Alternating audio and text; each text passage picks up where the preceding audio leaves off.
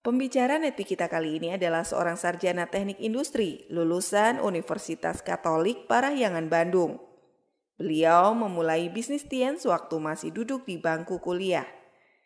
Sebagai seorang mahasiswa yang sedang skripsi dan mulai berpikir untuk mendapatkan penghasilan, beliau menyambut baik ajakan teman sekelasnya untuk bergabung di bisnis Tiens.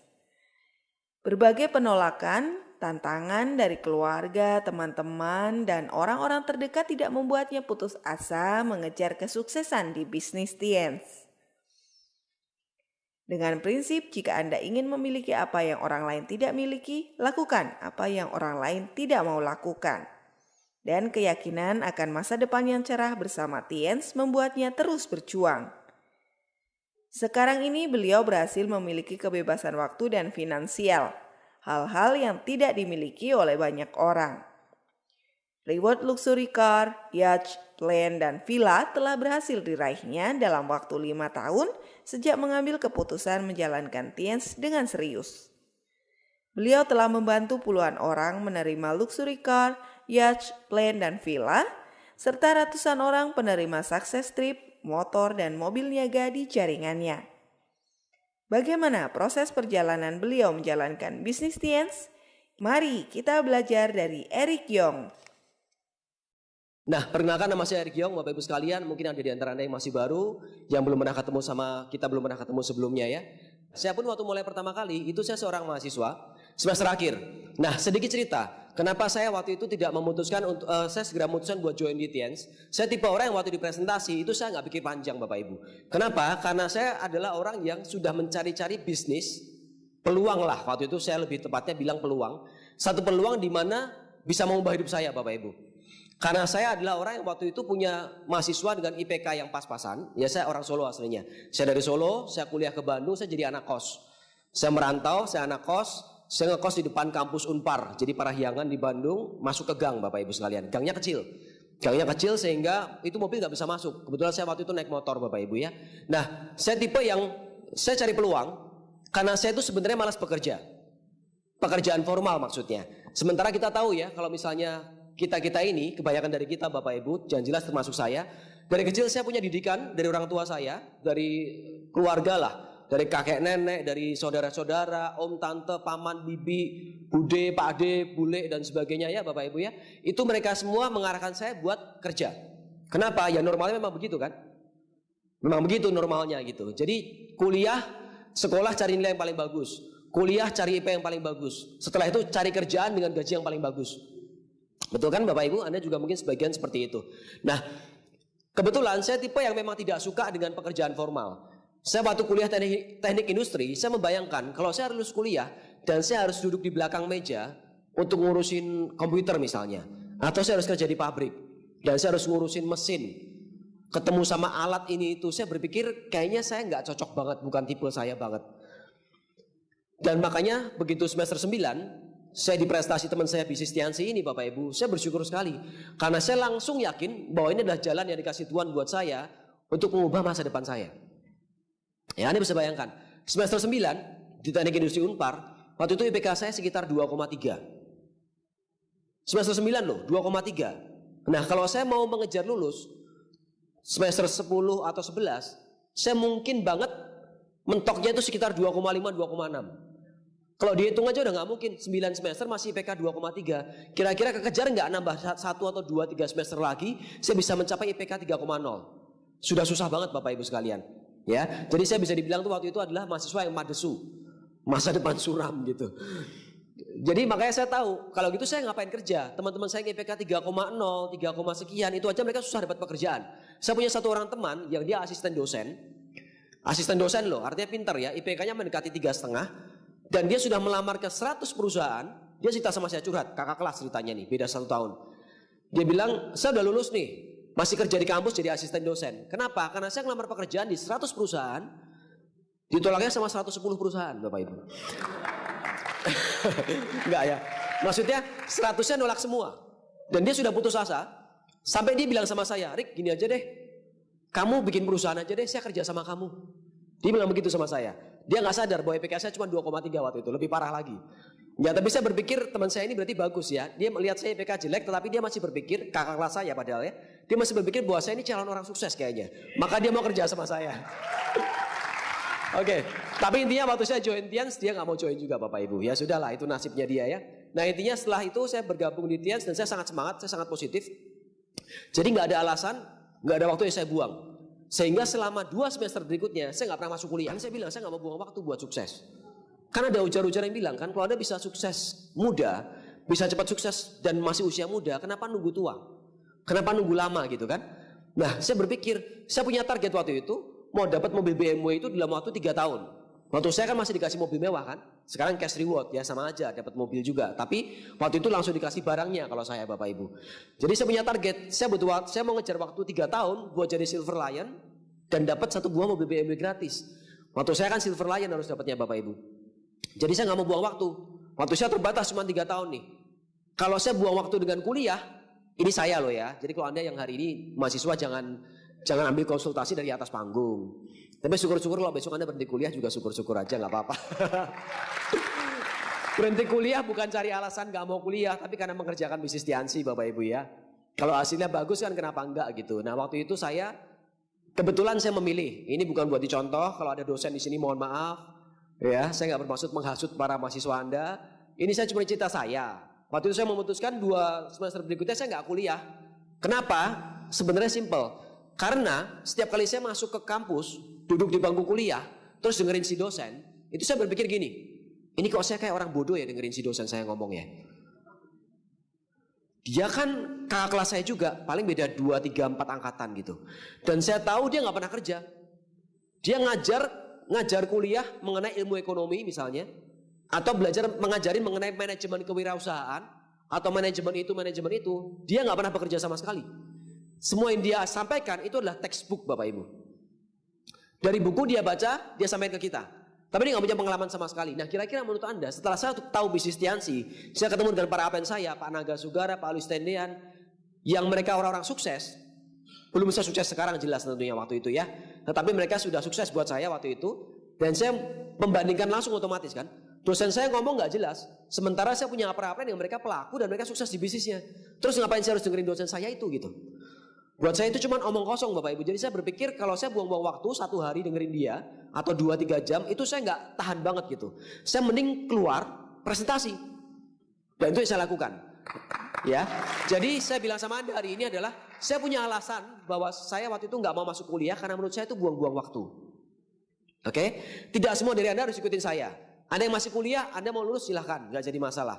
Ya, bahkan akhirnya pun di semester 11 itu pun saya juga akhirnya di 3 bulan terakhir semester 11 saya juga segera mengerjakan skripsi saya. Kenapa? Karena setiap hari papa saya telepon dari Solo. Rick, kamu kapan lulus kuliahnya? Kan bosen juga lama-lama digituin Bapak Ibu ya. Karena orang tua saya waktu itu nggak setuju saya jalanin Tiansi.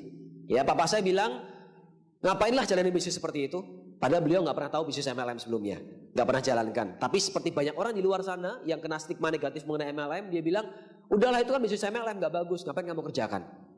Yang penting adalah kamu kuliah, ya, papa masih bisa bayarin kamu kuliah. Oke, jadi kamu kuliah aja, selesaikan cepat-cepat. Saya pengen lihat kamu jadi sarjana. Karena impian orang tua saya Bapak Ibu pengen lihat anaknya jadi sarjana. Karena orang tua saya, papa mama saya itu jebolan SMP. Jadi SMP aja nggak lulus. Sangat tidak salah, sangat wajar kalau mereka punya impian anaknya lulus kuliah jadi sarjana. Oke. Nah, jadi akhirnya 3 bulan terakhir semester 11 saya ngebut bikin skripsi. Gampang skripsi mah, kalau ada yang bilang skripsi susah itu pembohong tuh. Mahasiswa bohong. Skripsi susah Pak, saya banyak waktu.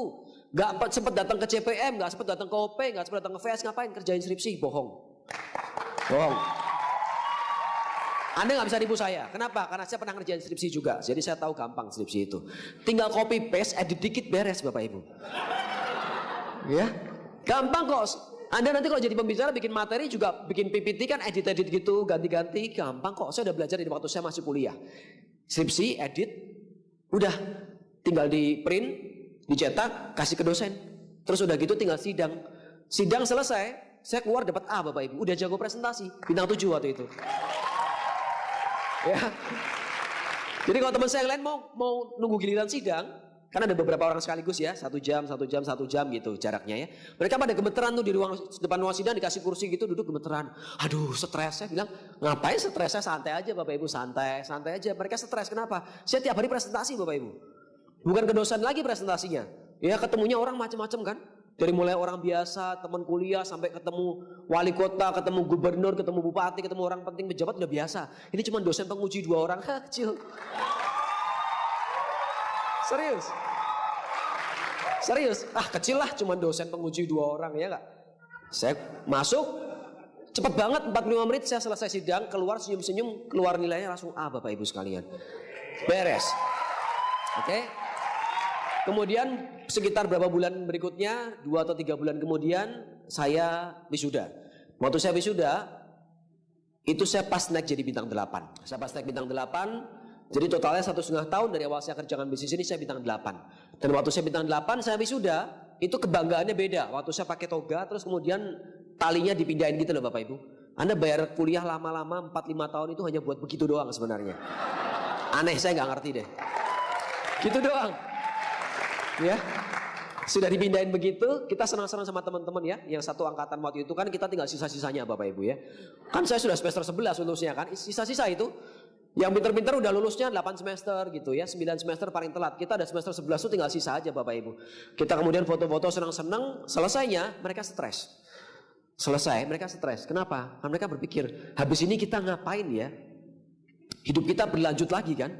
Perayaan cuma sebentar, hidupnya berlanjut lagi Bapak Ibu. Terus mereka pada pusing. Mau kerja kemana, ngelamar pekerjaan apa, mereka pusing Bapak Ibu. Sementara saya jalan ke ATM ngecek bonus, belum ada TMIS. Ngecek bonusnya waktu itu di atas 40 juta sebulan ya. Nah Anda bisa bayangkan dengan bonus puluhan juta. Sementara teman-teman saya waktu itu yang lagi stres, kalaupun mereka diterima kerja. Ingat tadi yang saya bilang kakak kelas yang ngelamar ke 100 perusahaan ditolak oleh 110 perusahaan ya. Kalaupun keterima kerja, gajinya berapa waktu itu UMR tahun 2003? 1 juta. Sementara saya passive income. Mau diem puluhan juta tiap bulan masuk kantong. Dan saat saya lulus kuliah, saat saya bintang 8, saya udah bisa beli mobil sendiri. Waktu itu belum dapat BMW dari Tians ya, karena 2003. Tapi saya udah beli mobil sendiri. Honda Genio zaman itu ya, cash. Kalau Anda masih tahu Honda Genio, Anda seumuran sama saya atau lebih tua. Yang depan kayaknya. Yang belakang nggak tahu. Oke. Nah, beli cash. Kemudian di bulan berikutnya lagi saya beli apartemen 1 biji di Setiabudi di Bandung, harga 300 juta. Bulan depannya lagi saya beli apartemen 1 di Kelapa Gading Square, Mall of Indonesia di Jakarta. Satu lagi harga 300 jutaan. Bintang 8. Kita kembali ke neraka, ke teman-teman saya tadi yang lagi stres. Tadi surga kan? Iya enggak? Karena apa? Karena saya milih join Tiansi Bapak Ibu dan saya kerjakan dengan serius ya. Oke, itu surga. Ingat, ada surga, ada neraka Bapak Ibu ya. Kita geser ke neraka ya. Neraka. Teman-teman saya yang tadi habis wisuda, terus mereka stres karena nggak bisa dapat pekerjaan. Nah, hari ini kalau Anda yang mahasiswa sudah dengar cerita saya singkat Bapak Ibu ya. Teman-teman Anda tinggal pilih, mau ada di surga atau mau ada di neraka. Gitu aja. Oke. Jadi skripsi nggak ada alasan, ya. Kuliah nggak ada alasan. Menurut saya malah mahasiswa yang masih kuliah atau Anda yang masih SMA itu benar-benar saat yang tepat buat mengerjakan bisnis ini. Kenapa? Karena waktu Anda masih banyak, teman-teman Anda masih banyak. Kalau Anda sudah lulus kuliah, teman-teman pada hilang semua kan? Kerja sini, kerja situ, pindah keluar kota, kita hampir nggak punya teman. Kalau Anda bekerja di kantor nantinya waktu lulus kuliah di satu perusahaan, temannya cuma sedikit di situ. Kecuali Anda mau jadi buruh pabrik yang 1000 temannya. Buruh pabrik sepatu, mohon maaf, tapi kan banyak temannya kan, ribuan. Tapi kalau Anda S1 biasanya kan gak akan jadi buruh kan. Anda kerja profesional pasti S1 kan. Sehingga akhirnya apa? Anda kerja di kantor atau di bank yang cuman apalah temannya cuma sedikit Bapak Ibu. Lebih susah kerjakan Tiansi, kenapa? Daftar namanya sedikit. Tapi kalau Anda masih SMA, masih kuliah, saat yang sangat tepat buat kerjakan Tiansi ya. Oke, sekarang kita ke materi saya Bapak Ibu. Tadi baru pembukaan. Tadi cuman basa-basi aja ya. Nah, sekarang kita bicara materi yang sesungguhnya. Jadi hari ini saya mau buat Anda berpikir, ini kan leader semua di sini ya. Jangan berpikir bahwa CP 1 bulan itu normal. Enggak, itu lambat. Kalau Anda serius, Anda harusnya menjadi CP ditutup buku bulan pertama. Oke, kalau Anda joinnya tanggal 24 besok tutup buku, oke lah, Anda mungkin nggak keburu ya. Tapi kalau Anda joinnya di awal bulan Bapak Ibu, minggu pertama gitu, Anda punya kesempatan 3 atau hampir 4 minggu buat menjadi seorang royal. Itu sangat normal. Ya, saya dulu mencapai, waktu saya awal join dulu belum ada royalan Bapak Ibu, belum ada PBO ya. Support sistemnya juga masih belum jelas waktu itu Bapak Ibu, masih zaman kegelapan. Tapi saya bisa mencapai TNBV yang bahkan lebih besar daripada seorang royal di bulan pertama saya bergabung. Oke ya, jadi Anda pasti bisa. Mulai sekarang pokoknya Bali tetapkan di pikiran Anda Bapak Ibu, teman-teman semua, bahwa 1 bulan royal untuk orang baru itu normal. CP doang 1 bulan itu memalukan. Oke ya? Oke, sip. Nah, saya dari Bandung, Anda mungkin sudah dengar bahwa Bandung itu banyak anak mudanya. Kemudian sekarang ini banyak yang online-nya hebat gitu Bapak Ibu. Bukan cuma online, karena masanya juga besar. Kalau cuma online aja, jualan online kan nggak mungkin masa juga besar kan. Artinya mereka combine online dengan offline juga dengan sistem. Nah, makanya itu sebabnya saya memilih satu materi yang menurut saya kayaknya pas banget nih buat di Bali ya. Ini judulnya Bapak Ibu. Apakah harus online? Oke. Kenapa? Karena banyak leader-leader yang sudah tidak muda lagi, mereka galau. Di mana-mana. Maksud saya Bapak Ibu, ya karena saya kan join di zaman waktu itu kita hanya punya yang namanya 7 langkah. Tetapi sekarang ini banyak anak-anak muda yang sukses dengan online-nya gitu. Oke, nah hari ini saya mau kupas ke Anda lengkap mengajarin gimana jualan online. Saya pikir nggak perlu, banyak teman-teman di sini juga sudah jago gitu ya, yang muda-muda terutama. Tetapi yang saya mau bahas adalah judul ini, apakah memang kita ini harus online buat bisa berhasil di bisnis Tiansi? Oke, sebelum kita masuk ke sana, saya mau bicara dulu mengenai aktivitas kita di bisnis MLM. Sebenarnya mau offline mau online, intinya adalah kita kerjakan bisnis Tiansi Bapak Ibu itu 3 kata ini Bapak Ibu. User, selling, dan sponsoring. Cuman itu. Tetapi dalam aktivitas ini nantinya kita akan nyambung ke offline dan online ya Bapak Ibu. Oke. Nah, pertama, user dulu atau konsumen. Sebenarnya konsumen itu apa Bapak Ibu? Nah, kita lihat. Kalau kita bicara network marketing, dari sisi pemakai produk sendiri, sebenarnya pemakai produk itu adalah distributor yang sekaligus sebagai pemilik bisnisnya. Itu sebabnya kita mengkonsumsi produk kita sendiri kan. Di luaran sana, berapa banyak bisnis yang membuat kita kalau mengerjakan bisnis itu kita harus pakai produknya sendiri. Gak banyak. Kalau MLM beda banget Bapak Ibu sekalian. Kalau bicara MLM itu adalah jaringan pemakai produk nih kata Kiyosaki.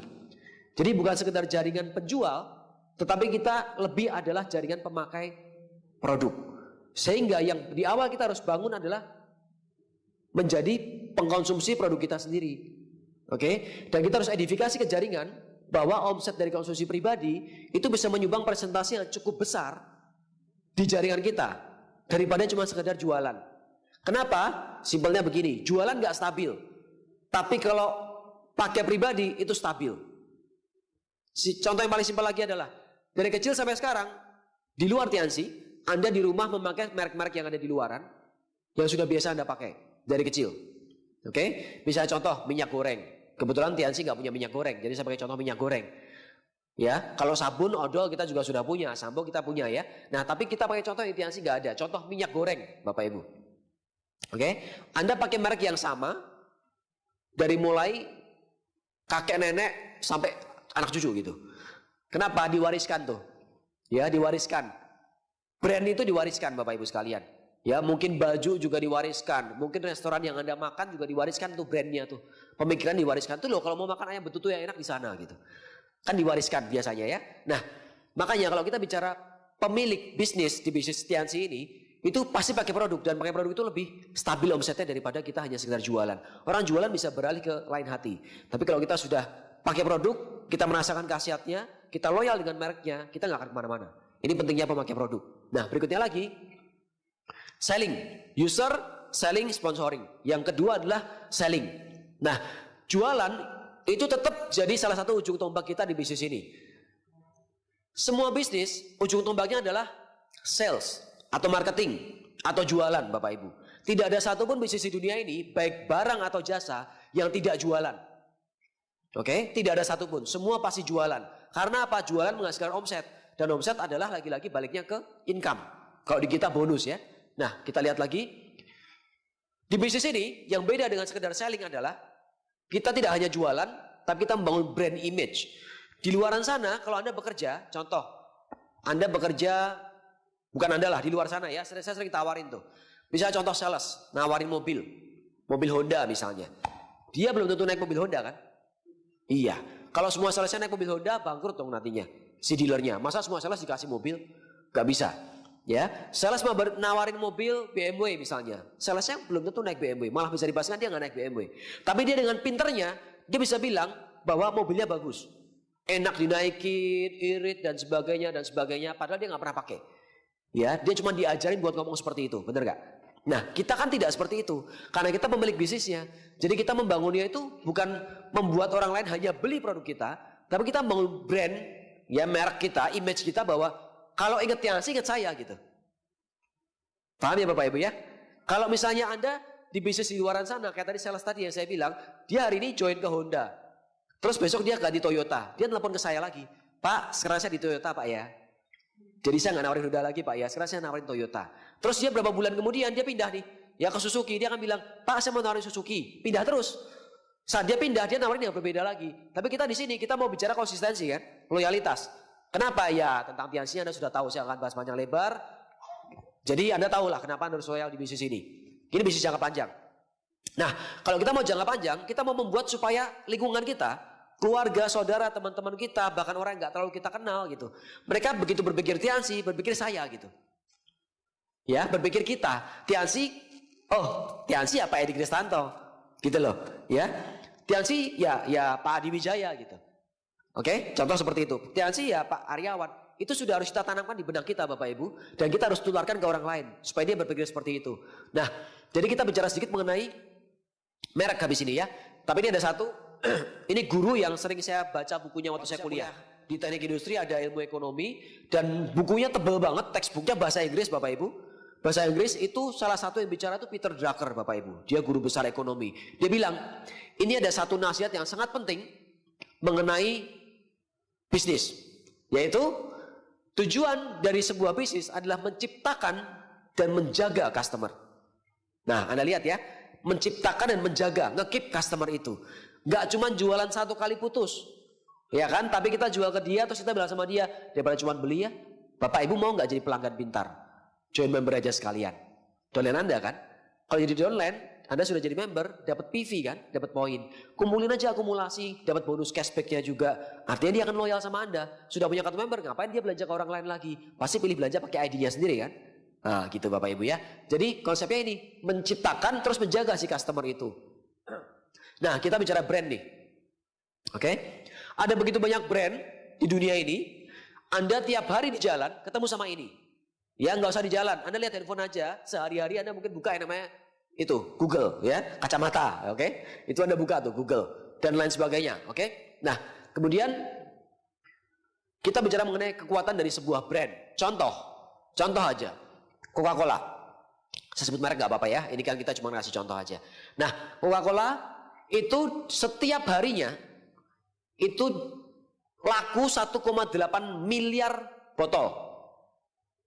Ya, botol atau kaleng 8 miliar. Artinya apa? Setiap harinya di seluruh dunia ada 2 orang yang minum Coca-Cola dan tiap hari. Gimana nggak kaya Bapak Ibu sekalian? Ya, gimana nggak kaya raya? Anda tahu pemegang saham mayoritas buat Coca-Cola? Itu Warren Buffett namanya ya. Sekarang orang keberapa terkaya ya? Keempat terkaya kayaknya. Nomor 3 Bill Gates sekarang kan. Nomor 1 yang punya Amazon.com. Online nanti bahasannya juga ini ya, Jeff Bezos. Nomor 4 Warren Buffett, kalau nggak salah nomor 4. Nah, beliau pemilik saham terbesarnya Coca-Cola. Anda tahu nggak dividennya, keuntungan yang dibagi Coca-Cola buat si pemegang saham terbesar ini? Warren Buffett, tahun lalu. 500 triliun. Gila ya? Triliun Pak, saya 500 ribu aja belum kekumpul-kumpul Pak gitu ya. Oke, ini cuma contoh aja. Intinya adalah, kalau kita bisa membuat orang minded dengan produk kita, itu efeknya akan luar biasa. Ini nggak sehat loh. Ya nggak sehat. Tetapi orang minum. Gimana kalau misalnya kita kasih mereka yang sehat? Nah, gimana Anda membuat orang-orang berpikir bahwa kalau butuh kesehatan, ya Tianxi. Kalau butuh Tianxi, ya saya gitu. Oke? Brand Bapak Ibu penting sekali. Anda kalau di OP, tiap hari Anda kalau tiap minggu kalau Anda presenter, Bapak Ibu Anda akan lihat tuh penghargaan Tianxi, halaman penghargaan. Ada top 500 Asia brand ya. Oke, baru Asia loh. 500 sudah top banget. Kalau world gimana Bapak Ibu? Lebih luar biasa lagi ya. Nah, kita mulai dari kita. Kan yang membuat merek Tiansi terkenal karena kita juga. Oh, kita ujung tombaknya kok, ya. Nah, ini. Jadi Anda menempatkan brand image produk Tiansi seperti apa? Kemudian brand image Anda sebagai distributor atau leader Tiansi seperti apa? Kalau banyak orang melakukan bisnisnya dengan nggak benar, dengan cara yang ngawur, itu membuat brand kita jadi jelek kan? Saya waktu hari Kamis, saya terbang dari Jakarta ya, saya ke Bandung ke Jakarta. Waktu saya lagi nunggu mau check in di Bandara Soekarno-Hatta, saya dapat telepon. Handphone saya yang satunya, handphone yang khusus buat jualan online. Dia telepon. Nomor gak kenal, biasa namanya pelanggan, gak cuma WA, gak cuma SMS, mereka ada aja yang telepon. Jadi orang telepon dari Kalimantan.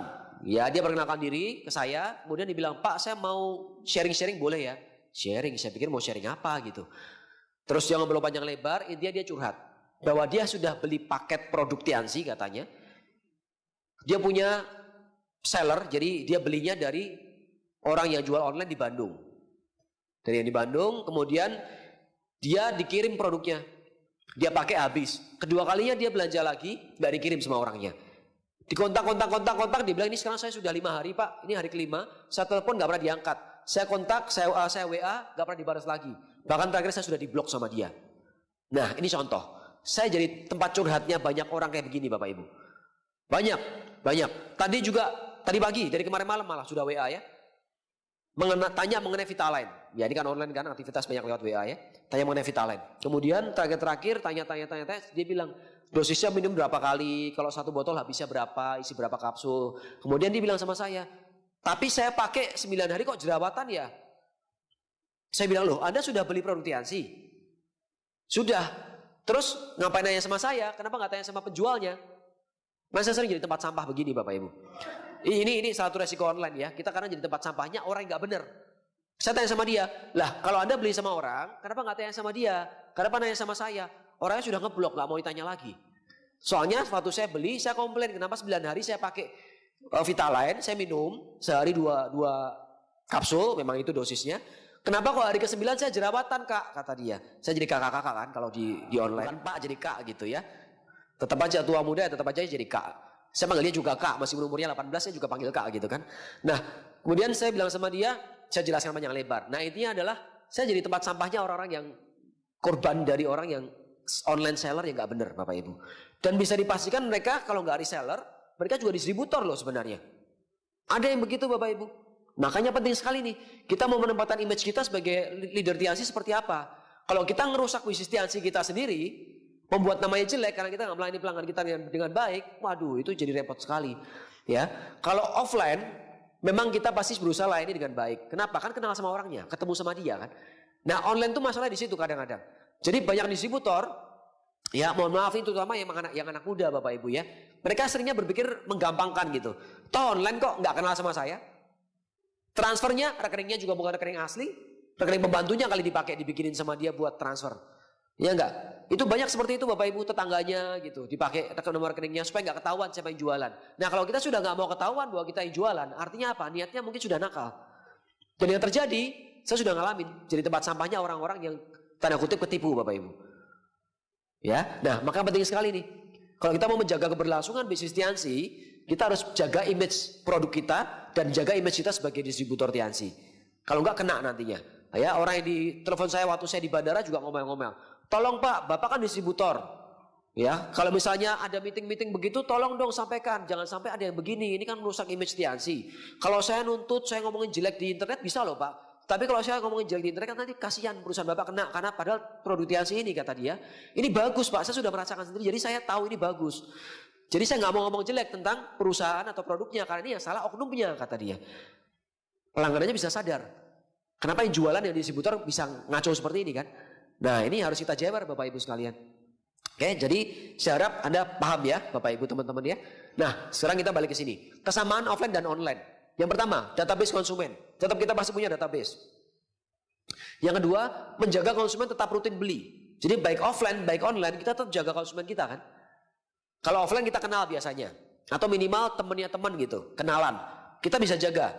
Nah begitu online, meskipun kita nggak kenal, tetap kita jaga hubungan sama dia. Ya, saya semingguan lebih yang lalu ya, saya menjoinkan 2 orang dari online, cuman pelanggan. Saya tawarin join member sekalian 99.000 karena belanjanya banyak, ambil paket bronze sekalian. 2 orang join, satu dari Serang, satu dari Semarang di hari yang sama. Dan dua-duanya gak kenal sama saya. Setelah selesai WhatsAppan, mereka transfer kirim barang, baru saya bilang, kenalan dong, nama saya Erik. Lucu gak? Kenal aja belum, sudah join. Setelah join, baru kenalan. Kalau selama ini kita bicara offline Bapak Ibu, kita harus kenal dulu sama orangnya, kita prestasi baru join ya. Oke, tapi tetap aja di luar itu, ya kita tetap dua-dua ini Bapak Ibu. Database konsumen dan menjaga konsumen tetap rutin beli. Maka saya joinkan, supaya kalau mereka belanja, repeat order, itu mereka bisa ke saya terus. Ya, terutama mereka juga sudah punya kartu member kan, omset itu masuk ke saya. Kemudian menjaga brand produk tadi yang saya bilang, ya, menjaga brand image kita. Nah, ini apa yang harus kita lakukan Bapak Ibu supaya menjaga semua hal tadi? Yang pertama kita kasih edukasi dengan benar. Sudah saya bahas tadi ya. Kemudian tidak overclaim khasiat produk. Nah ini bahaya. Banyak banget, lagi-lagi terutama yang online. Ya karena kalau offline ketahuan orangnya ya, mau bohong bisa dikejar sama pelanggannya. Tapi kalau online kan lagi-lagi nggak ketahuan. Sehingga yang terjadi adalah banyak yang overclaim khasiat produknya. Overclaim itu misalnya paket keperkasaan pria, ya kan? Bisa memperbesar, memperpanjang, memperbesar bonus sih nggak apa-apa. Ya kalau memperbesar itu kan nggak masuk akal Bapak Ibu ya. Gimana caranya Moncler bisa memperbesar itu? Saya kan minum dari tahun 2001, terus saya sepanjang dan sebesar apa Bapak Ibu ya? Saya nggak ngerti loh. Kan itu kebangetan Bapak Ibu. Kita harus kasih edukasi yang benar. Untuk vitalitas tubuh, kita lebih fit. Kalau kerja capek sampai malam atau nyetir luar kota nggak gampang capek, nggak gampang ngantuk, betul. Doping alami, antibody alami, oke deh. Tetapi nggak yang berlebihan, memperbesar ini, memperbesar itu, ya oke lah. Itu harus kita beresin ya, tidak bisa seperti itu. Overclaim nanti akan menyerang ke diri kita sendiri. Begitu kita overclaim, orang yang minum dia merasa nggak ada perubahan apa-apa sesuai yang dijanjikan, dia akan komplain. Kalau komplain ngapain? Sosmed nanti beredar, viral. Yang jelek-jelek kan gampang sekali beredar zaman sekarang kan. Nah makanya kitanya harus hati-hati. Sama yang terakhir adalah tidak menjual di bawah di bawah harga distributor Bapak Ibu. Ini yang jadi masalah nih. Karena ini merusak semuanya. Orang yang menjual di bawah harga itu nggak peduli sama bisnisnya dalam jangka panjang. Mereka hanya mengejar keuntungan sesaat. Yang penting saya untung. Tahun depan bubar gara-gara lu jual di bawah harga gimana? Peduli amat. Yang penting gua untung. Ya, dia belum tahu rasanya sudah 18 tahun kayak saya Bapak Ibu. Bahwa kita mau punya bisnis jangka panjang dan bisa diwariskan. Ya kan saya sudah hampir 18 tahun sekarang di bisnis Tiansi ya. Nah, kemudian manfaat punya pelanggan. Masih bicara user tadi ya sedikit ya. Bonus directnya besar. Bisa dijadikan challenge ke grup. Contoh, kita ada nih challenge. Karena ada dolen-dolen yang mereka harus kita kasih challenge buat mereka mau ngejar. Tinggal dikit nih. Tapi kita tahu kalau nih orang nggak diiming-imingi ini susah ngejarnya nih, agak malas nih gitu ya misalnya. Kita bisa kasih challenge dengan PV. Kalau kamu bisa bawa orang 10 ke VS, kamu kan mau ngejar gold nih. Ya, Anda mau ngejar ke gold nih. Jadi tambahin dong, saya akan tambahin, tetapi kamu harus challenge 10 tiket VS. Ya, stok 10 tiket VS atau stok 5 tiket VS. Saya biasa bilang ke grup saya yang anak-anak muda, seringnya saya challenge seperti itu ya. Kalau orang-orang yang sudah dewasa, ya biasanya mereka memang sudah punya penghasilan sendiri. Tapi ini yang membantu sekali Bapak Ibu ya, challenge ke grup. Kemudian yang ketiga, duplikasi ke grup. Buat duplikasi, punya banyak pelanggan kan duplikasi. Kalau Anda punya pelanggan sebulan 3-5 juta aja, nggak usah banyak deh, 3-5 juta. Anda punya grup 10 orang, sudah 30-50 juta. Hanya dari pelanggan, setoran bonusnya buat Anda berapa? Sudah lumayan kan, 3-5 juta pasti dapat. Oke? Ya, kemudian berikutnya lagi adalah bisnis kita menjadi aset yang lebih stabil karena nggak hanya mengandalkan omset sponsoring. Tadi sudah bahas di awal. Kalau user itu kita lebih stabil Bapak Ibu. Oke, nah ini perbedaan karakteristik menghasilkan omset dari pelanggan dan konsumsi pribadi. Ada perbedaan karakteristiknya. Kita sekarang bahas dulu mengenai sedikit pengetahuan umum Bapak Ibu. Mengenai generasi, ya, Anda bisa baca sedikit di sini dan Anda bisa lihat Anda masuk generasi yang mana. Kalau saya, karena saya lahir 79, saya masuk di generasi yang sebenarnya perbatasan. Ya, karena saya itu generasinya hampir milenial, Bapak Ibu. Hampir milenial. Oke? Ini beda-beda nih. Sebenarnya milenial ada yang bilang dimulai dari tahun 80 ke atas, tapi ada juga bilang 77 atau 78. Oke, let's say saya milenial awal, Bapak Ibu. Ya, saya masih milenial awal. Nah, tapi sebagian teman-teman di sini ada juga yang sudah masuk generasi X, Bapak Ibu. Lahir 65 sampai 76. Ya, kayaknya kalau baby boomer nggak ada di sini. Kayaknya paling tua itu pasti generasi X. Nah, yang paling muda itu generasi Z, Bapak Ibu, yang di bawah sini. Oke, di bawah sini. Generasi Alpha itu umurnya masih sekitar 8-9 tahun. Ada nggak di sini umur 8 tahun? Nggak ada kan? Ya, Anda pasti generasi Z. Nah, kita harus lihat beda orang, beda umur Bapak Ibu, ya, beda karakteristik kondisinya juga. Beda umur, beda generasi, beda karakteristiknya. Polanya beda, pola pikirnya beda. Nah, kalau misalnya Bapak Ibu yang sekarang muda-muda, generasi Z, teman-teman Anda mau mensponsori generasi milenial atau generasi X, Anda harus paham karakteristik mereka seperti apa. Sebaliknya, Anda yang generasi X dan milenial harus paham kalau mau sponsori generasi Z, Bapak Ibu. Ya? Oke. Nah, kita lihat. Beda juga caranya menghasilkan omset. Nih, kalau generasi X dan milenial awal itu pasti banyak ke offline. Kenapa? Karena saya lahir tidak dengan pegang handphone di tangan. Oe, gitu. Enggak kan? Tapi kalau zaman sekarang generasi alpha apalagi itu oe sudah pegang handphone. Jadi begitu oe nangis baru lahir dikasih handphone, dikasih gadget dia diem. Ya. Kalau kita enggak, kita masih pakai mainan-mainan zaman dulu gitu. Masih main kelereng waktu saya kecil, main gambar gitu kan. Layangan, sekarang main semua itu sama masih tapi pakai online semuanya. Ya, pakai online semuanya. Ke depan virtual reality sudah ada di Cina. Main layangannya pakai kacamata yang gede itu, VR itu, main layangan gini. Di dalam rumah, dalam kamar mandi sambil gitu bisa. Main layangan. Iya, asal pakai kacamata VR Bapak Ibu ya. Oke. Nah, kalau generasi milenial akhir dan generasi Y itu sudah online. Oke. Nah, sekali lagi, proses dan cara itu bisa beda. Tapi tujuan tetap sama. Yaitu apa? Kita mau jadi leader yang paket komplit. Paket komplit itu apa? Ya harus bisa semuanya. Yang pertama, sikap positif. Dari mana? Buku, CD, pertemuan. Nggak bisa digantikan. Saya kan mulainya dari online, Pak. Saya ini kan generasi Z gitu ya. Saya anak muda nih, saya kuliah, saya SMA. Saya sangat paham dengan gadget. Saya sangat terbiasa dengan namanya online. Jadi saya nggak perlu baca buku positif, CD, dan nggak perlu ke pertemuan ya. Nggak bisa. Itu yang membentuk Anda soalnya untuk menjadi seorang leader. Masa kalau Anda jadi bintang 8 above atau terima reward terus naik panggung nggak bisa ngomong?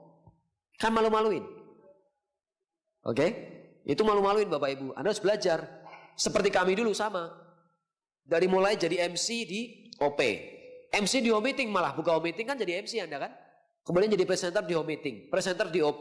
Kemudian presenter di NDT dan seterusnya sampai jadi pembicara VS. Itu semua ada prosesnya. Kalau misalnya Anda generasi Z yang mulai dari online, Anda bisa jadi bintang 8 atau bronze line, silver line dan seterusnya, tetapi Anda tidak pernah mempelajari apa yang kami pelajari, nggak bisa public speaking, Anda nggak akan jadi pembicara juga di VS. Ya, oke. Jadi ini penting sekali Bapak Ibu. Kemudian problem solving juga penting ya, memecahkan masalah. Jangan berpikir bahwa grup makin besar nggak ada masalah. Semua bisnisnya makin besar, grup kita makin besar, masalah makin besar. Nah, kita bisa mengatasi masalah besar karena belajar dari mengatasi masalah kecil. Dan semua itu butuh apa? Butuh people skill. Seperti buku, CD, dan pertemuan. Belajarnya dari situ Bapak Ibu. Kemudian yang terakhir adalah menghasilkan omset jelas dengan closing. Oke? Nah ini pertanyaannya. Kan banyak banget tuh. Saya, para apren saya, Pak Naga, Pak Luis, dan beberapa leader saya yang orang-orang yang sudah lama di bisnis ini ya, sudah belasan tahun, yang mulai dengan sistem, dengan offline, gak ngerti online sama sekali. Kita sering bilang gini sama jaringan kita yang baru-baru, yang muda-muda. Kita sering bilang, jangan cuma online, tetap harus ke pertemuan. Betul? Tetap harus sistem. Benar gak? Nah, mereka, dolen-dolen kita itu, untungnya gak bilang sama kita ini. Bapak kenapa gak belajar online Pak? Ya, Bapak minta saya buat belajar tentang sistem. Baca buku, datang ke pertemuan. Karena kita bisanya hanya online sekarang ini. Oke, kita bisa terima gitu. Tapi sebaliknya, kenapa aplen-aplen yang menyuruh kita untuk belajar sistem nggak berpikir buat belajar online juga? Karena apa? Karena banyak anak muda yang sekarang ini mereka lebih suka jalankan bisnis ini di awal itu masuk dari online dulu. Nah, aplen-aplen kita yang tua-tua lagi, kan saya sendiri juga ya. Itu kan artinya mereka belum paham online. Nah, kenapa nggak sebaliknya kita berpikir begitu Bapak Ibu? Kalau orang online harus punya skill orang offline, kenapa nggak sebaliknya gitu?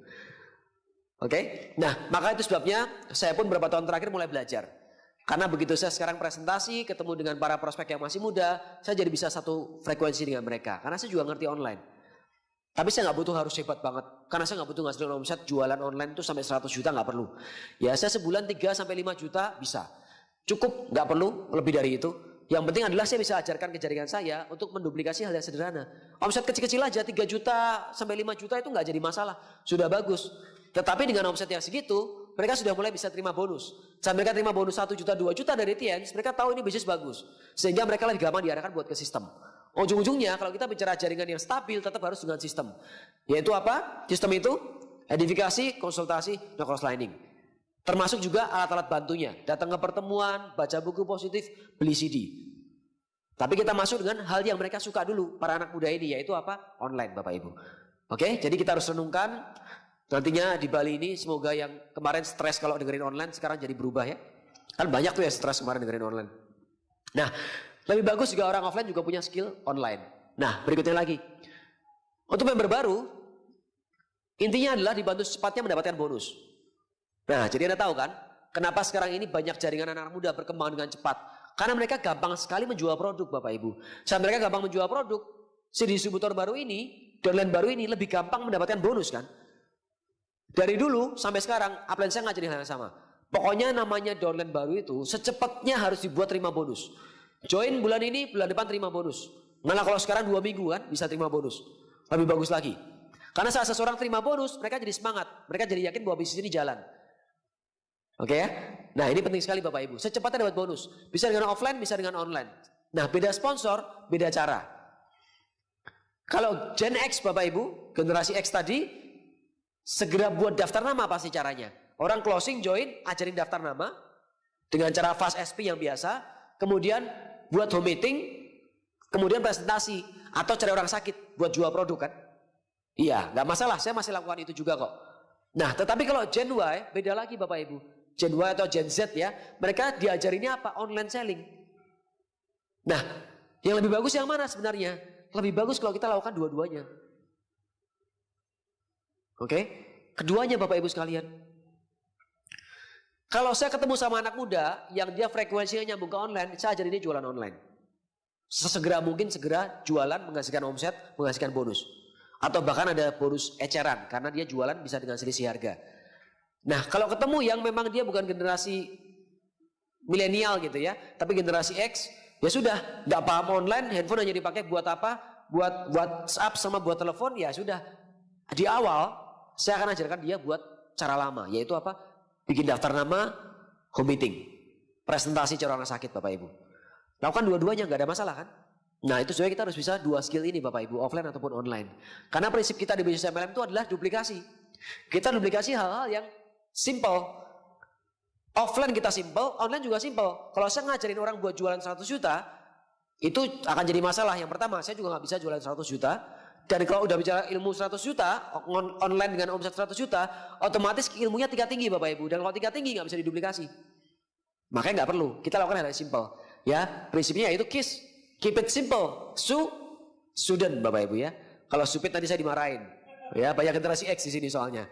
Jadi keep it simple student gitu. Jadi kita harus lakukannya memang dengan sederhana supaya bisa diduplikasi. Oke, berikutnya lagi sponsoring. Nah, ini nih yang membedakan bisnis kita dengan bisnis lain di luar sana itu sponsoring. Bisnis konvensional tidak pernah mensponsori customernya. Beli bensin ke SPBU. Gak mungkin kan yang jaga bilang, Pak yuk Bapak daripada cuma beli bensin terus kita ajak buat jualan bensin juga. Kan gak bisa. Bapak daripada beli di toko baju saya terus, mendingan Bapak jadi pemilik bisnisnya juga. Gak begitu kan di luaran. Tapi kalau di bisnis ini, Bapak Ibu daripada Bapak Ibu membeli kalsiumnya terus, karena buat masalah tulang misalnya, kenapa gak jadi member sekalian? Ya saat Anda jadi member, keuntungannya ini itu kita bisa jelaskan. Oke, hanya di bisnis MLM Bapak Ibu yang seperti ini. Yang kedua, oke, nah ini sudah saya jelaskan dua-duanya. Lanjut lagi. Nah sekarang kita bicara standar bonus downline yang sehat di awal. Di awal, tadi saya bilang secepatnya kita buat si downline baru terima bonus. Standarnya berapa? Minimal di 2 juta. Oke, dan paling enggak dia sudah di level gold. Kalau masih di silver ke bawah, itu masih terlalu kecil bonusnya nanti. Jadi saya pakai contohnya gold ya. Ini bonus di bulan-bulan awal 2 juta. Itu udah bikin orang survive. Caranya gimana? Simpel banget. Sponsori 2 gold di bulan tersebut. Otomatis jadi platinum kan? Lebih besar lagi persentase bonusnya. Oke, ini dari klip OP Bapak Ibu. Ini bonusnya. Nah artinya apa? kalau kita bisa menjaga dolen-dolen baru kita yang baru 1 bulan, 2 bulan, itu mereka terus stabil bisa terima bonus di angka 2 juta. Bisa juga dari pelanggan ya, jangan lupa ya tadi jualan online Bapak Ibu atau jual offline. Nah saat kita bisa buat mereka tetap di bonus 2 juta, secara manusia ya, secara keyakinan mereka lebih yakin Bapak Ibu. Di bulan awal bonus di Tiansi, MLM 2 juta itu sudah bagus. Di luaran sana dengan marketing plan yang tidak sebagus Tiansi, banyak perusahaan MLM lain bonusnya cuma ratusan ribu. Saya tahu itu, ratusan ribu Bapak Ibu. Ya, dan butuh punya omset yang jauh lebih besar, sponsor yang jauh lebih banyak buat bisa terima bonus sampai 2 juta. Di bisnis Tiansi gampang sekali buat bisa mendapatkan 2 juta tadi ya. Nah makanya harus jaga Bapak Ibu supaya paling enggak 2 juta ini bisa masuk. Saat bonus 2 juta dia nikmatin, dia akan lebih semangat. Anda mau arahkan buat home meeting yang banyak, prestasi yang banyak, datang ke pertemuan, langsung kejar jadi CP, ayo beli NetP, langganan NetP, beli starter pack, lebih gampang. Patokannya adalah kalau downline sudah terima bonus, mau disuruh nyemplung sumur juga mau Bapak Ibu. Sudah terima bonus soalnya. Kasarnya gitu ya. Mau diapa-apain sama upline, mau. Disuruh ini, suruh itu, mau. Kalau orang nggak terima bonus, nggak teachable. Jadi kalau Anda punya downline yang nggak teachable, ayo stok tiket OP, stok tiket VS. Aduh Pak, males. Aduh Pak malas, ujungnya pasti apa? Karena bonusnya kecil banget atau nggak terima bonus. Jadi keyakinannya jadi berkurang Bapak Ibu. Oke? Nah next lagi. Nih beberapa contoh cara kita untuk mencapai bonus yang 2 juta. Sponsori 2 new gold atau offline selling 10.400 atau online selling 10.400. Itu range bonusnya sekitar 2 juta. Tadi sudah ada di gambar di depan. Nah ini secara PBO kurang lebih mendekati royal. Atau kalau Anda memang royal sekalian, ya sudah. 12.000 PV, TNPV-nya, ya sudah. Pasti itu bonus di atas 2 juta. Kemudian, daftar nama atau database pelanggan adalah modal dasar kita untuk selling. Termasuk untuk sponsori orang juga Bapak Ibu. Itu seperti nyawa kita di bisnis ini. Dan kita akan terus semangat kalau dia punya daftar nama yang masih panjang. Daftar nama tinggal sedikit, orang mulai malas. Ya, itu nyawanya seperti tinggal tipis Bapak Ibu. Jadi kita harus terus perbanyak daftar nama. Nah, nama daftar nama dengan apa? Dengan prospecting. Nah, prospecting pun sebenarnya ada prospecting offline dan juga online. Karena kalau kita hanya offline, kita terbatas prospectingnya. Kita terang-terangan aja nih, jujur aja. Ya, kalau Anda di luar sana punya target sehari prospecting 5 orang, rutin selama sebulan aja. Kira-kira susah atau biasa-biasa aja? Sanggup gak Bapak Ibu? Sanggup 1 bulan. Kalau setahun terus seperti itu, tiap hari loh, 5. Nambah 5 daftar nama. 2 deh. Gak gampang. Gak gampang. Kenapa? Karena saya juga tahu.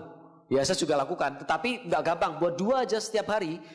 Terus rutin selama bertahun-tahun, 1 bulan masih gampang. Ya kan? Tapi kalau sudah bertahun-tahun, susah sekali Bapak Ibu. Nah, kenapa Anda gak coba dengan prospecting yang online? Oke? Karena kalau online, kita bisa prospecting 10, 20, 30 orang dalam sehari. Dan rutin Anda lakukan tiap hari. Jauh lebih mudah. Ya saya gak akan bahas caranya, karena itu nanti sudah masuk ke ranah yang online. Tetapi saya cuma menjelaskan, karena judulnya apakah harus online. Ya tidak harus, intinya kesimpulannya tidak harus. Tapi kalau online bisa membuat Anda lebih mudah membangun bisnis ini. Membuat Anda lebih mudah mensponsori orang. Membuat Anda lebih mudah menghasilkan omset. Memperbesar bonus Anda, kenapa gak Anda kerjakan gitu kan. Ya. Nah, keunggulan prospecting offline adalah hukum rata-rata lebih bagus. Kenapa? Kita kenal langsung sama orangnya. Kita ketemu orang di mall, kita nyapa dia, atau kita ketemu dia di pesawat, atau di kereta api, atau di kapal, atau dimanapun. Kita nyapa dia, kenalan, tukar nomor telepon, itu kita sudah kenal sama dia. Waktu kita kontak, lebih mungkin dia akan ngangkat telepon kita, respect sama kita. Iya, oh yang ketemu di bus kemarin ya Pak ya, Pak Erik ya. Oh iya, apa kabar Pak? Oke ya, orang biasa lebih enak kalau kita sudah kenal. Kalau online, sekali lagi orangnya nggak kenal sama kita. Jadi biasanya hukum rata-ratanya akan lebih kecil. Tetapi kalau misalnya prospecting offline kita 10 orang prospecting, kita presentasi 10-10-nya, kemudian hanya join 1, tetap aja 10 banding 1 kan? Iya. Kalau Anda online, Anda prospecting 50 orang. 50 orang, hanya 1 yang join juga. Perbandingan jauh banget ya. 10 banding 1 kalau offline, kalau online 50 banding 1. Tetapi secara effort lebih mudah Anda prospecting online 50 orang yang akhirnya join 1 daripada Anda prospecting offline 10 orang yang akhirnya join 1. Jadi kenapa nggak lakukan dua-duanya?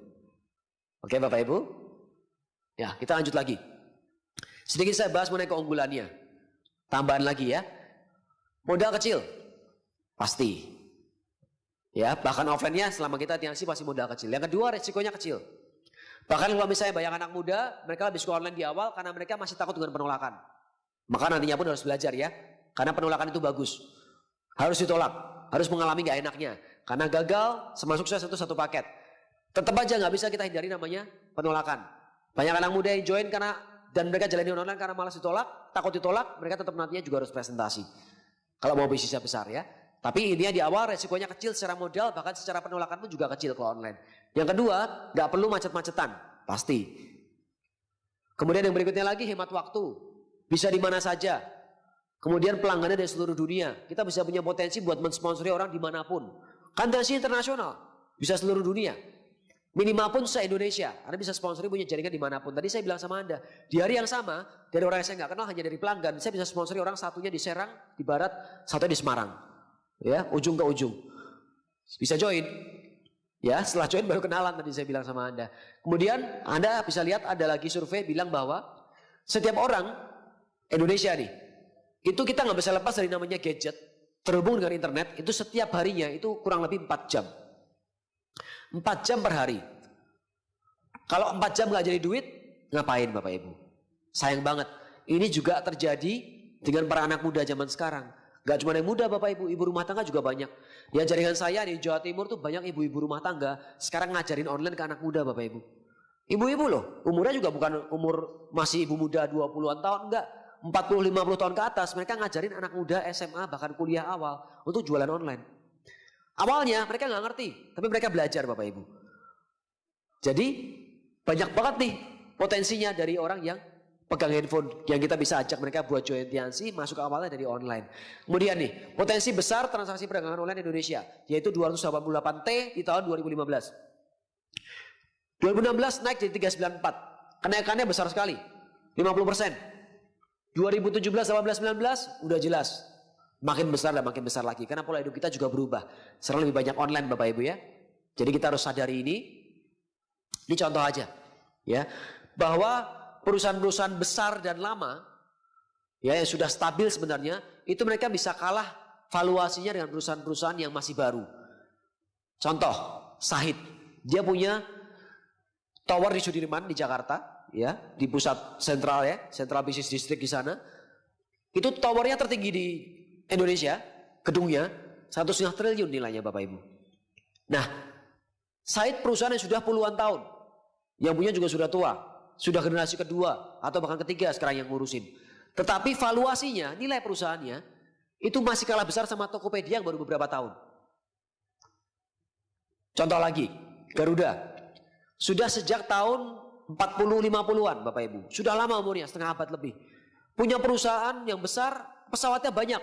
Satu pesawatnya harganya mahal sekali ya. Sampai satu Boeing 737 itu bisa 800 miliar.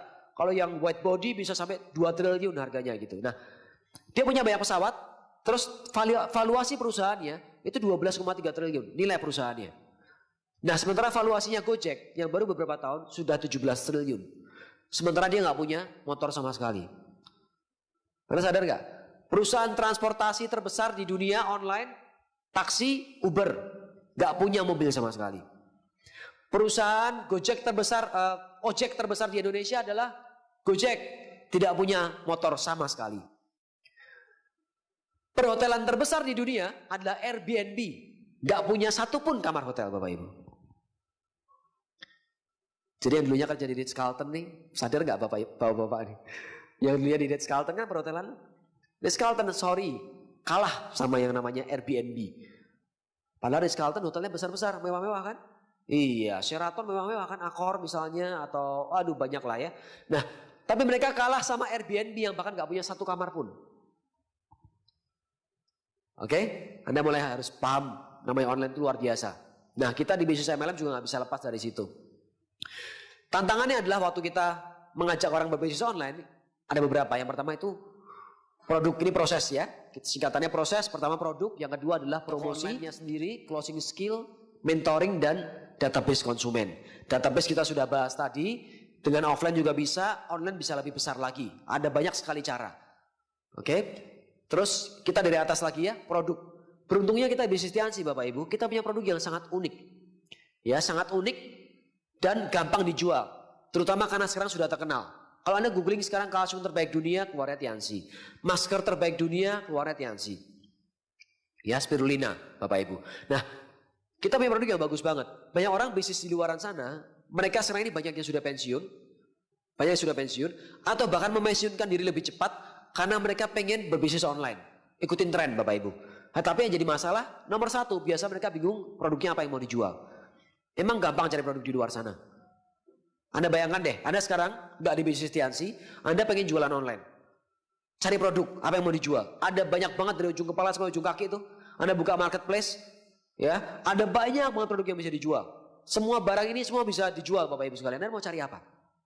Nggak gampang. Tapi kalau kita ketemu prospek, kita tinggal bilang sama mereka, Bapak Ibu, Anda nggak usah pusing masalah produk. Kita sediakan produknya bagus. Training produknya juga ada. Terbukti bagus, tenang aja. Sudah ada barangnya, fase pertama sudah beres dulu, tahap awal. Yang kedua apa? Promosinya. Promosi gimana caranya? Tenang, diajarin. Kan gitu diajarin. Anda prestasi pun diajarin juga kan? Dibantu sama upline-nya. Online juga sama, diajarin juga. Kemudian siapin toko online-nya, diajarin. Closing skill-nya, diajarin. Kan di sini kita diajarin buat closing orang. Ya, baca buku dan lain-lain. Pertemuan-pertemuan bersyarat seperti ini. Mentoringnya, iya jelas dong kan punya upline. Punya mentor ya. Database juga. Diajarin juga dari cara punya kita sendiri sampai kita menambah database dari luar yang tadi saya bicara prospecting. Oke? Nah, jadi ujung-ujungnya adalah kalau kita bicara offline dan online tadi Bapak Ibu, tetap nggak lepas dari yang namanya kerja tim. Mentoring tadi apa? Orang baru dibantu caranya seperti apa? Baik offline online sama aja. Nah, ujungnya apa? Kerja sama tim. Kita tetap membangun bisnis jaringan. Kita nggak bisa sendirian ya. Nah, Steve Jobs pernah bilang nih, bisnis yang besar nggak pernah dilakukan oleh satu orang, tapi oleh tim. Oke, tidak ada Superman di bisnis ini, yang ada super tim Bapak Ibu. Nah, makanya Anda beruntung di Bali, saya tahu banget Bali. Anda punya tim yang luar biasa. Ya karena rekan-rekan Anda, para leader yang ada di depan sini, ini orang-orang yang mereka loyal dengan bisnis ini, peringkat-peringkat tinggi, sudah terima reward, dan secara skill mereka sudah sangat-sangat bagus Bapak Ibu sekalian. Ya, jadi ada yang ada di sini, tepat sekali. Ya, ada di bisnis Tianxi di Pulau Bali ini. Aplaus buat leader kita di depan. Oke. Nah, kerjasama tim itu membuat bisnis kita lebih cepat meningkat secara momentum. Ya, saya sedikit bikin gambar bagan buat Anda. Saya jelaskan sedikit ya. Yang pertama itu kita mulai dari presentasi ya. Home meeting atau one on one. Itu cara ngasihin omset. Yang keduanya, ini adalah prosesnya. Kita buat orang-orang yang mereka sudah kita presentasi datang ke pertemuan. Kadang nggak bisa langsung closing kan, kita ke pertemuan. Anda sudah tahu ini normal kok Bapak Ibu, saya cepat aja. Yaitu apa? OP, kemudian NDT berikutnya. Saya sudah join atau mau join, sudah positif, NDT. Belajar, 7 langkahnya seperti apa. Kemudian vision seminar. Ini yang normal ya, sistem Bapak Ibu ya, offline. Terakhir pertemuan bersyarat. Nggak semua orang bisa hadir, harus ada challenge-nya. Pertemuan yang paling penting adalah pertemuan yang Anda nggak pernah hadiri. Itu pertemuan paling penting. Nah, pertemuan yang Anda nggak hadiri biasanya pertemuan yang bersyarat Bapak Ibu. Karena kalau bersyarat kan lebih susah. Kalau Anda nggak nyampe syarat nggak boleh ikut masuk gitu. Nah, tetapi kita bisa suplementasi artinya kita kelengkapi Bapak Ibu itu dengan yang online sebenarnya. Nih, presentasi butuh daftar nama sama prospecting. Kita bisa offline, kita bisa online juga di sana. Kemudian selain pertemuan-pertemuan umum yang dari One Vision, kita bisa lakukan pertemuan-pertemuan yang intern, ya yang intern, baik yang offline atau dalam hal ini saya bahas yang online, yaitu apa? Kopdar. Kebetulan kalau saya pakai istilah kopdar, sekali lagi Bapak Ibu, ini yang saya lakukan dan banyak grup saya lakukan, termasuk di Bandung yang para anak muda Bapak Ibu ya. Jadi tetap aja Anda harus konsultasi ke upline Anda, oke ya? Paham ya Bapak Ibu ya? Tapi saya hanya cerita saran, Anda bisa lakukan ini. Kopdar, cek kesehatan juga boleh. Anak-anak muda tetap mereka cek kesehatan. Tetap pakai cek kesehatannya karena mereka tetap juga jual produk secara offline. Belajar supaya berani ketemu sama orang sakit, berani ketemu sama orang lebih tua, berani presentasi. Tetap people skill penting kan. Kemudian ada grand home meeting contohnya. Home meeting tapi rame-ramean. Home meetingnya itu presentasinya apa? Bisa yang file OP yang standar, bisa juga yang isinya kopdar lebih ke arah online. Itu relatif ya. Kita sering adakan gonta-ganti. Offline online kita lakukan semuanya. Kemudian untuk melengkapi pertemuan bersyarat yang dari OV, banyak juga pertemuan yang kita bisa bikin lagi. Pertemuan bersyarat yang under group yang kita bisa bikin lagi. Contoh, ada yang bikin CPD, ya Core Producer Day. Ada yang bikin CPW, Core Producer Weekend. Kemudian meeting bersyarat lainnya dengan upline. Ada banyak Bapak Ibu sekalian. Ini fungsinya apa? Untuk mendidik. Kenapa kita butuh pertemuan tambahan yang bersyarat? Karena online itu kecepatannya cepat sekali, tapi didikannya lama. Ya, Anda paham? Offline, dua perbedaan karakteristik. Offline itu lambat, tetapi didikannya bagus. Ya, sementara online itu cepat, tapi segala sesuatu yang cepat itu mendidiknya keteteran gitu, gak kekejar. Pertambahan masanya banyak anak muda, tetapi untuk membuat mereka jadi leader yang bagus, gak kekejar, pertemuannya terlalu sedikit Bapak Ibu sekalian. Maka harus sering bikin meeting-meeting grup seperti ini. Ya saya mengalami, karena saya mengalami di beberapa kota di jaringan saya anak muda, pertambahannya luar biasa. Ya VS, ya kalau Anda lihat di Jawa Barat, VS-nya ribuan ya. Ribuan dia itu kayak di Bandung bisa 5.000 sampai 7.000 orang. Satu kali VS. Kota Bandung, sementara di pinggir-pinggirannya itu semua sudah ada VS yang juga skalanya ribuan. Kebayang gak? Ya di Garut sekian ribu, di Jatinangor sekian ribu. Jadi buka VS di sekitar-sekitarnya pun tetap ribuan. Sementara kota Bandungnya juga paling besar sampai 5.000 sampai 7.000 orang. Nah, kenapa bisa seperti itu? Karena pertambahan massa cepat sekali dengan online Bapak Ibu. Yang jadi masalah adalah keteteran di pengajarannya, people skill-nya. Itu sebabnya kalau nggak dibikin banyak pertemuan, nggak dibikin banyak meeting, training buat para grup kita yang baru-baru ini, yang anak muda, nggak kekejar. Oke ya, jadi ini pelengkap. Nah, intinya adalah membuat downline dari awal join, itu terus terlibat dengan kegiatan yang berhubungan dengan business Tians. Karena kalau kita nggak intens membuat mereka terus terlibat dengan Tiansi, dengan pertemuan bersyarat, meeting dengan upline, KOP lagi, kopdar lagi, dan no meeting dan seterusnya, mereka bisa hilang, cepat hilangnya. Namanya juga anak muda kan, bisa bicara karakteristik anak muda. Istilahnya euforianya tinggi gitu loh. Kalau diajak ke sana, ayo banyak rame-rame gitu. Begitu berhenti rame-rame juga berhenti gitu. Euforianya tinggi, itu sebabnya kita harus terus buat mereka stabil dengan banyak pertemuan. Harus terlibat dengan Tiansi terus, jangan kemana-mana. Oke, loss 1 bulan hilang biasanya. Sebulan gak ke pertemuan, gak ketemu upline, hilang. Ya, nah leader yang bertahan dan solid biasanya berasal dari satu lingkungan atau kelompok yang sama, komunitas yang sama. Contoh, banyak orang waktu awal mensponsori, orang-orang awalnya, front awalnya, itu biasa teman-teman dekat, keluarga atau satu tempat kerja. Contoh di sini banyak nih. Pak Adi, siapa lagi ya? Yang dari perhotelan, Pak Ari, terus siapa lagi Pak? Ada banyak. Itu contoh tuh. Dari satu tempat kerja yang disponsori siapa ya? Teman-teman dekatnya di kerjaan itu. Kayak saya mahasiswa. Front awal saya siapa? Ya udah ya teman-teman saya kuliah, teman-teman saya kos gitu.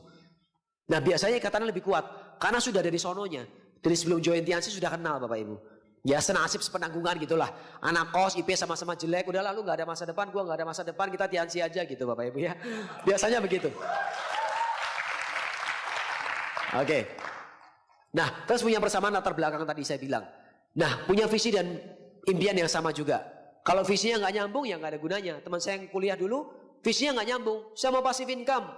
Suatu hari saya mau jalan-jalan ke luar negeri dapat duit terus. Nggak mau kerja di belakang meja. Teman saya bilang, kalau buat saya penting namanya jabatan.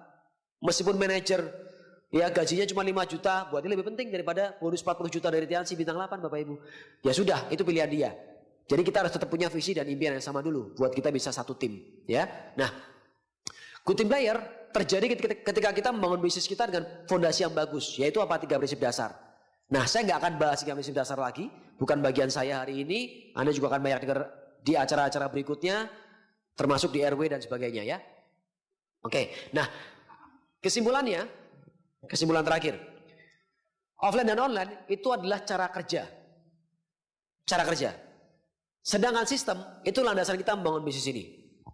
Jadi jawaban dari pertanyaan di awal, judul hari ini, materi Bapak Ibu, apakah harus online? Itu pilihan Anda.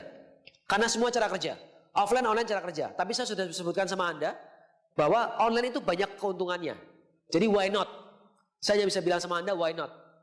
Oke? Tapi selain itu, yang mutlak, tadi pilihan, sekarang mutlak. Yang mutlak adalah tetap kita harus kerjakan dengan sistem. Itu landasan kita. Anda mau offline, Anda mau online, ujung-ujungnya pasti tetap Anda kerjakan dengan sistem. Sistem itu apa? 3 prinsip dasar. Selama kita kerjakan dengan 3 prinsip dasar, plus dengan dibantu, alat bantu tentunya ya, pengembangan diri, pengembangan skill kita nggak akan kemana-mana. Dan saya percaya di Bali ini, 50% anak muda nih sekarang. Banyak anak mudanya ya. 50% anak agak tua Bapak Ibu ya. Saya juga agak tua ya, karena saya juga udah gak muda lagi Bapak Ibu. Tetapi generasi peralihan seperti saya ini, dari mulai yang offline, sekarang mulai belajar ke online, saya ngelihat anak muda punya potensi yang besar. Sehingga yang kita tinggal lakukan adalah, kita didik mereka, dengan apa yang kita punya, apa yang kita pelajari, dengan sistem ini, sehingga kemampuan mereka dengan online, yang memang mereka mahir dengan gadgetnya mereka, sudah pintar dengan online dari waktu lahir gitu Bapak Ibu ya, itu kita bisa arahkan mereka tetap untuk ngerti bahwa bisnis ini mau besar harus dengan sistem. Dan saya percaya, setelah VS hari ini, VS berikutnya Bali, pertemuan-pertemuan besar di Bali akan berjalan makin besar lagi, dan banyak anak muda di sini nanti akan menggantikan kami-kami yang anak tua ini untuk jadi orang sukses yang berikutnya. Oke, terima kasih Bali, sampai ketemu di VS.